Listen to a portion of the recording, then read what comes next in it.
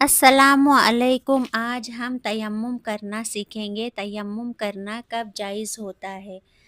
जब इंसान पानी के इस्तेमाल करने पर कादिर ना हो। मिसाल के तौर पर इंसान किसी ऐसी जगह पे मौजूद हो जहाँ पे पानी उससे 1.5 या 2 किलो या 3 किलोमीटर ज़्यादा की दूरी पर हो, तो उस सूरत में तयम्मुम कर सकते हैं। और इसी तरीके से अगर कोई ऐसी बीमारी में मुब्तला हो जिसमें पानी अगर इस्तेमाल करे वो तो बीमारी बढ़ सकती है, जैसे स्किन एलर्जी वगैरह, या कोई ऐसे ज़ख्म हो जिसमें पानी डाले तो वो बीमारी और ख़राब हो सकती है।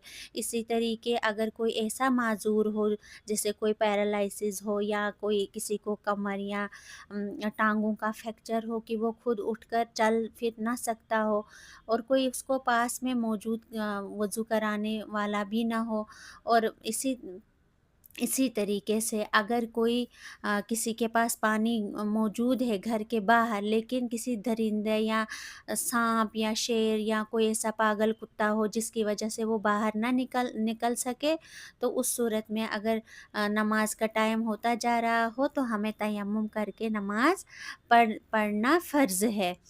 और अगर पानी किसी के पास सेफ्टी टैंक में पानी हो और वो निकाल ना सके, तो उस सूरत में भी तयम्मुम कर सकते हैं। अब देखिए, तयम्मुम में 3 फ़र्ज़ हैं। सबसे पहला फ़र्ज़ नियत करना, यानी दिल में नियत करना है। फिर चेहरे पर दोनों हाथों से मिट्टी का मसा करना।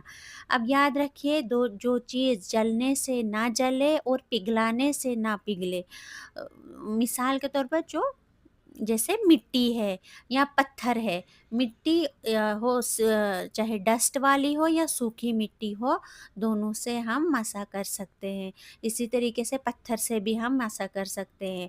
हाथों पे मिट्टी का लगना ज़रूरी नहीं है, खाली हमें मिट्टी को टच करना है, चाहे वो सूखी हो या डस्ट वाली हो। इस तरह हमें करना है। फिर दोनों हाथों को इस तरह झाड़ना है और दोनों चेहरों पर हमारे दोनों हाथों को चेहरे पर फेरना है, ठीक है? गोया कि समझ लीजिए बोर्ड मिट्टी है। और फिर बाएं हाथ से दाएं हाथ का मसा करना है, ठीक है? और दाएं हाथ से बाएं हाथ का मसा करना है, ठीक है? दोबारा से हमें दोनों हाथों से ज़रब लगानी है, तो हमारा तयम्मुम हो जाएगा। अल्लाह ताला हम पे बहुत मेहरबान है, उसकी रहमत में से ये तयम्मुम भी है।